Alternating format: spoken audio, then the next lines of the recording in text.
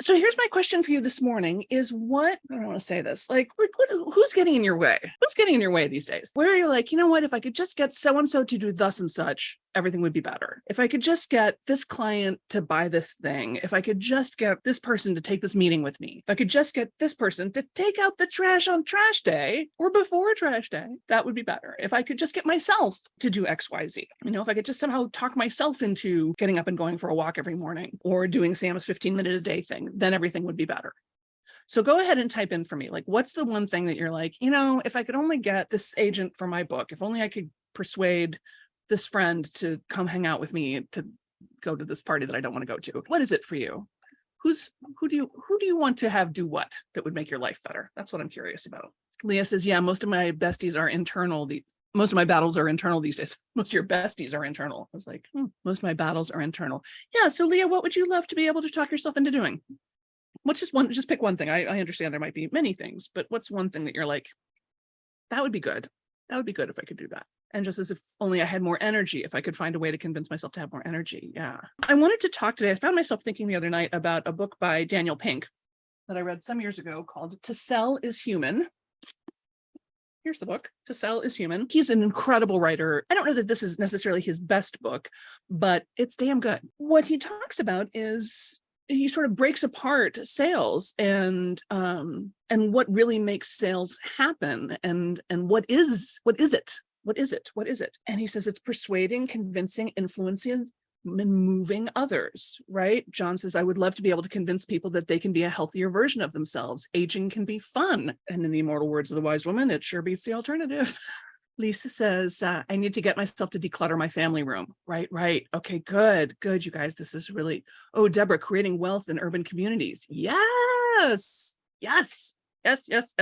Prosperity for all. Good. So if we stop thinking of it as sales, because I think it's, sales is one of those words right up there with marketing and networking that just make everybody feel sick and want to go home. So let's stop.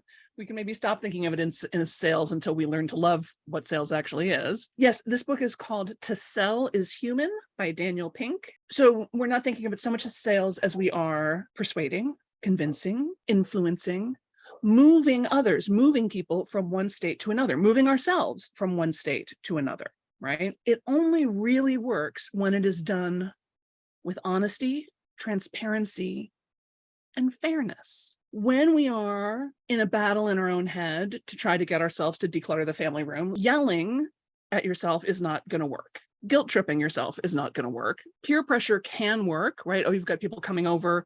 The housekeepers are coming. You've got to clean before the housekeepers come, right? What will people think if I don't do this? Do you know the original version, the original meaning of the word slut is poor housekeeper? If you said that a woman was a slut, it meant that she did not keep a tidy house. I'm going to reclaim it for myself, I think, because I'm kind of a slut. And just as I need to complete my projects in order to sell them, yes.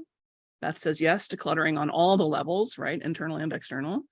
Claire says, as a producer, I learned the biggest skill was delegating and motivating. So the trick is reading people and discovering what motivates them and also who will be good at what. Exactly, Claire. What Daniel Pink talks about is the way we move people is firstly exactly that, attunement, getting into harmony with someone, paying attention to them, listening, and not just half listening, but really listening. So maybe for yourself, really listen. What is getting in the way of that decluttering? And maybe even do a little right hand, left hand exercise. I don't know if you've ever done that. Sometimes it's called Big Buddha, Little Buddha, but you write a question with your dominant hand and then let your non-dominant hand answer. So why don't I want to declutter the living room? And then the non-dominant hand answers. And yeah, the non-dominant hand will look like, kindergarten serial killer writing, but that's okay. And try not to make it right. Just try to let it right. And because it's just a conversation between you and you can then respond with well, what the hell does that mean? And, go back and forth.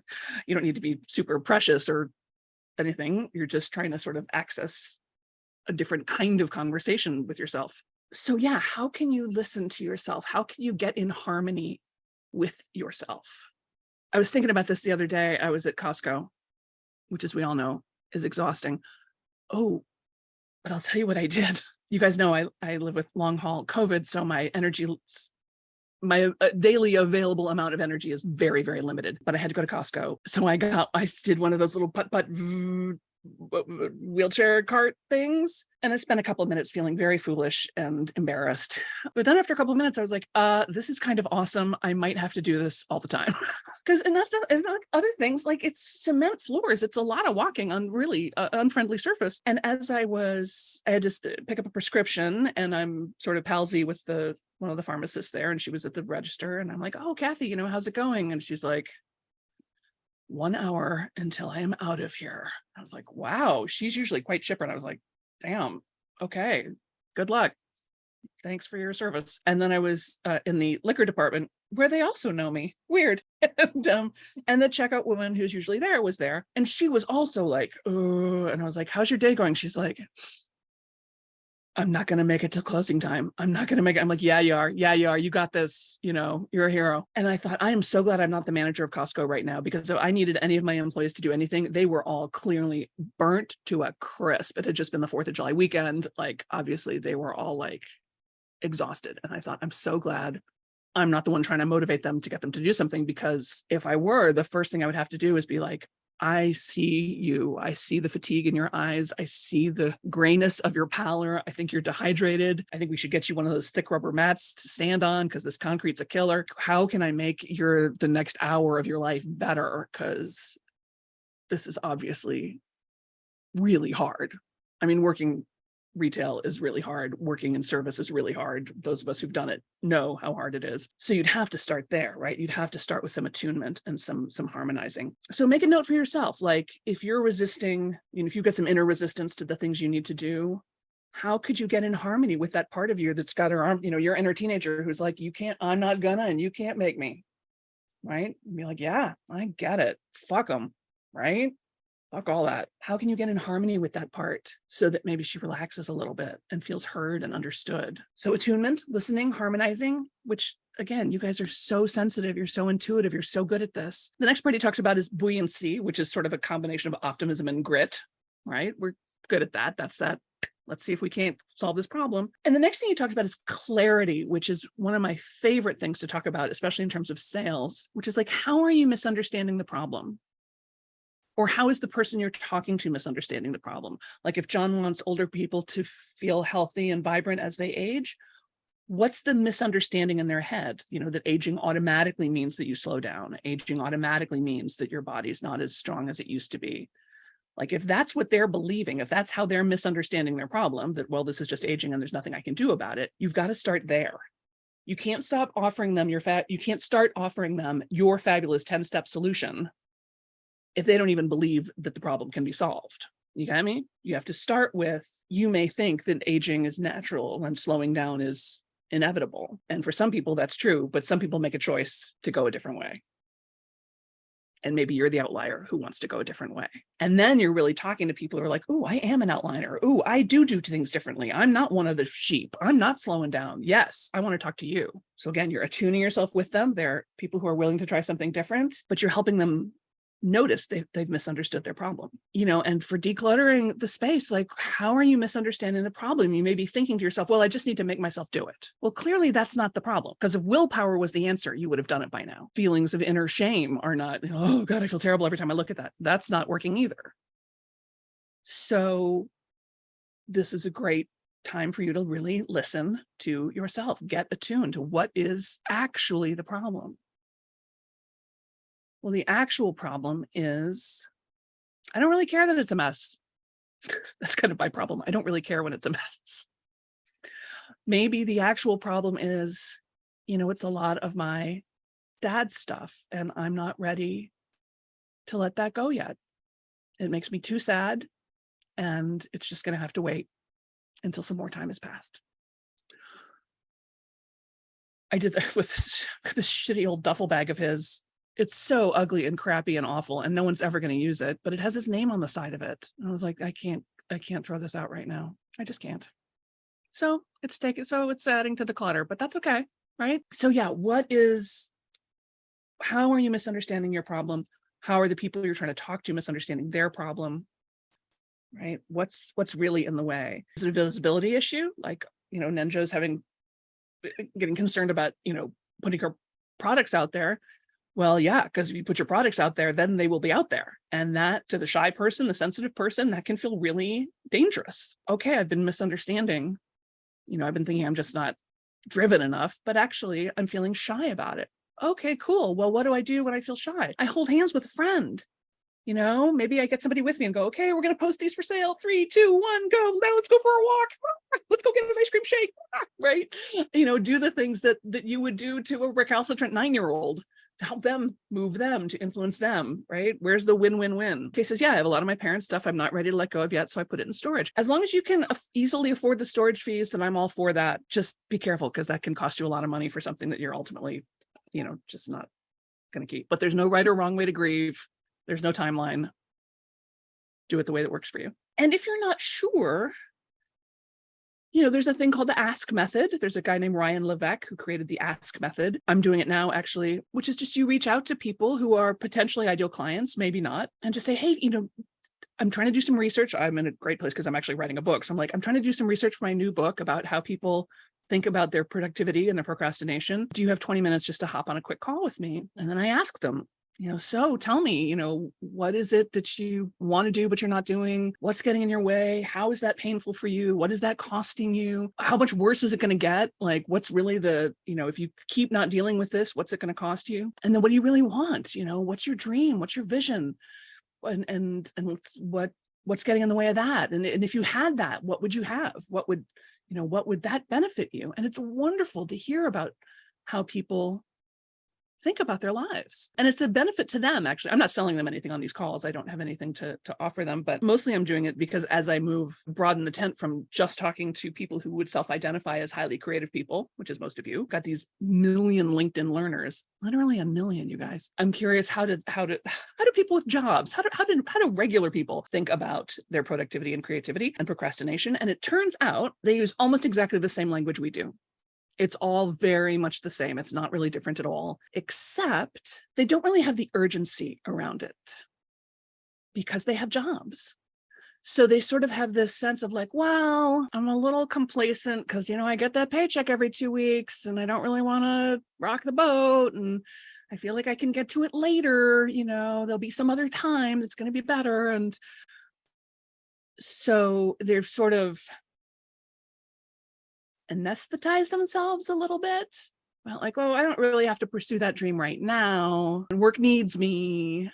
So they're balancing this like, oh, it's safe and I'm needed here versus that big scary world of entrepreneurship, that big scary world of doing what I really want to do. Those of us who do not and have never had the comfort of a regular paycheck, we're like, oh no, this has to happen right now. This money has to come in the doorway. I got to sell this stuff today. I got to make this happen today. I got to get cast in something. I got to sing for somebody. I got to write a book. I got to publish that book. We feel this internal pressure to do it. That's so far, that's the only real difference I've encountered. Otherwise, it's all the same. It's all the same.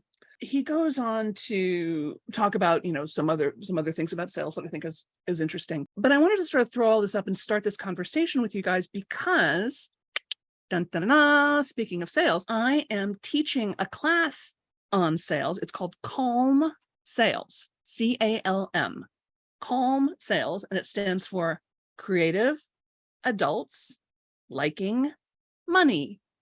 Calm Sales. And you can see if you are, time out, if you are currently enrolled in Turn Your Wisdom into Online Workshops, this is a bonus. It's already included for you. Anybody else can get it for $97. Oh, good. Lucy's just put up the link. So it's therealsambennett.com/calm sales. If you just want, it's a 3-hour training I'm doing on the 22nd, I guess. When is that? Next Saturday? Yeah, next Saturday. So it's just $97 if you just want that training. Awesome. You can sign up. You'll get lifetime access to the recording, and it'll be very hands-on. Like we're gonna figure out how you can sell more of whatever it is, or influence more people, move more people from where they are to that which is better. Right? What's the win-win-win? And it's just $97. If you want to do the $97 and you feel like you want a little touch up with Sam, you want a little one-on-one time, a little injection of vitamin Sam in your life. That sounds so gross. Then you can add on a private with me I think that's $4.95. And if you really want to get control of your sales and really double, triple, 10x your sales, I'm doing an 8-week small group mastermind that starts at the end of July and runs through early, I can't remember. It's 8 weeks on Wednesdays, and that's $4,995. And you can do a payment plan, I think, for that. And that gets you 2 privates with me, which you can use anytime between now and the end of the year. We're going to be in this group together. We're going to nail down ideal client. We're going to nail down your pitch, how to handle objections. What do you say when they're like, oh yeah, that sounds great, but now it's not a really good time. Or gosh, that was so great, but I just can't afford it. Like, what do you say? Do you just agree with them and go, oh yeah, I guess then I'm not really interested in helping you have a better life.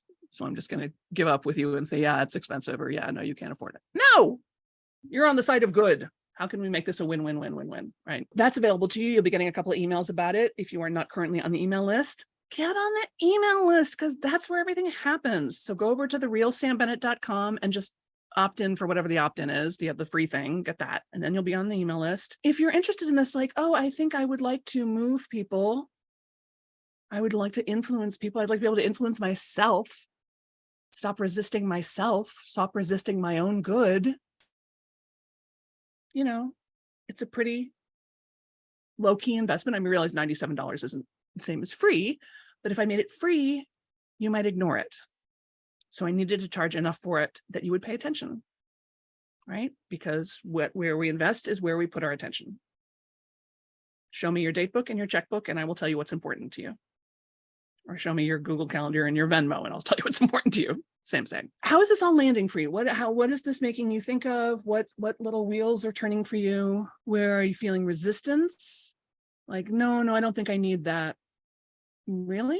How big of a difference might it make for you? I talk to entrepreneurs and small business people and artists and creatives all the time who are like, oh my gosh, I'm so short on money. Like, I need to make more money. I need to bring in more sales. I need to XYZ. And then I say, great. So how many sales calls did you make this week? How many pitches did you make this week? And they go, oh, none. I'm like, oh, so maybe not so surprising that you're not making sales. How many posts did you make on social media? How many people did you reach out to? Did you ping? Have you had a sale? Did you have a new offer? Could you have a bundle? Like, what's happening? Well, I don't want to bother people. I think everybody's already heard it. I guarantee you, you cannot bother people. If they're your ideal clients, they will not be bothered. They may still not buy, but they won't be bothered. So where's really the resistance?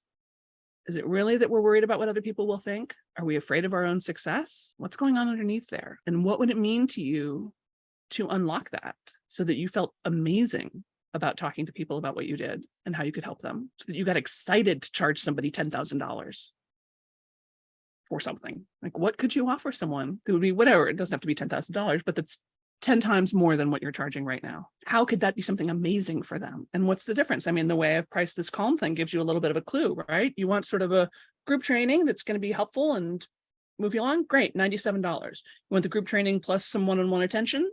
Great, that's $500. You want the group training, some one-on-one attention, some more one-on-one attention, and then small group super attention for a longer period of time for 8 weeks. That's $5,000. Ta-da! Right?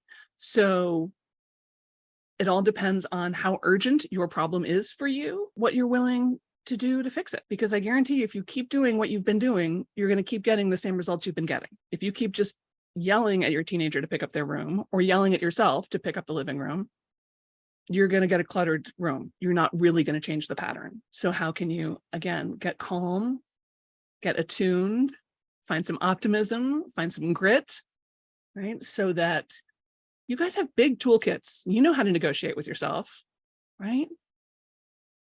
What part of you is afraid? What part of you is being neglected? What part of you just doesn't give a shit? There's a lot of you out there who are giving yourselves a terribly hard time about not finishing projects that you actually don't really care about. You're allowed to say, you know what? I got 2/3 of the way through this. It's not working for me. I'm over it. Great. Done. End. You learned what you had to learn. You got out of it what you needed to get out of it. You don't have to finish everything on your plate. Life is not broccoli. It's a good mug. Life is not broccoli. If Veronica were here, she'd be like, life is not broccoli. It's a mug. Good. All right. So that's smug. I know, right? Really hilarious. So check out the sales page. If nothing else, I really like this sales page. I think we did a nice job with it. So, and you guys know anything of mine that you're like, oh, I like the vibe of this. For Christ's sake, plagiarize.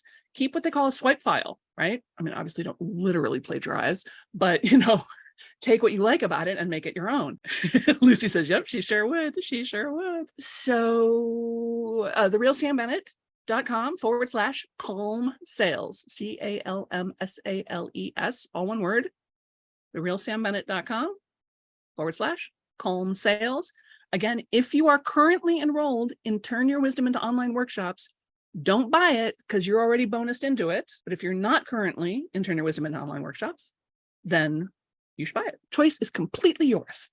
You are free to choose, but I would like to help you be more successful at being an influencer in your own life, over yourself, over the people you love and care about, over your communities, over your families, over the world, over your customers, your clients. I want you to help the maximum amount of people so that when you get to the pearly gate, St. Peter's like, wow, did you do a good job? You shared your gifts. You influenced a lot of people. You had a good sense of humor about it. Good for you, right? Teresa's joined a tad late. Can you give the name of the book again? I can. It's Daniel Pink. It's called To Sell is Human, The Surprising Truth About Moving Others.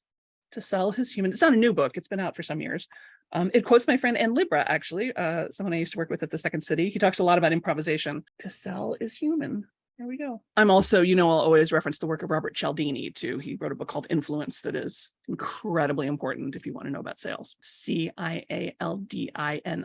Robert Cialdini. That book is called Influence. So I'll put links to that in the Facebook comments. Anything anybody else wants to say or share? Any ahas you're having? Any little sparkly ideas that you're like, oh, wait a minute. If I made 2 sales calls today, I bet I could make $5,000 and then join Sam's mastermind. I bet if I made a sales call every day this week, I could easily make the $100 to join the group, and maybe $500 to do the private, and maybe $5,000 to do the whole shebang. The whole thing with the cherry on top. You let me know what's helpful and useful to you, and go out there and be helpful and useful to the world. Stay attuned. Listen. Be of service. Be of good courage. Let's do one more breath to close out this circle. Let's inhale, 2, 3, 4, hold, 2, 3, 4, 5, 6, 7. Exhale, 2, 3, 4, 5, 6, 7, 8. Thanks, everybody. Thanks for doing this with me. Yay.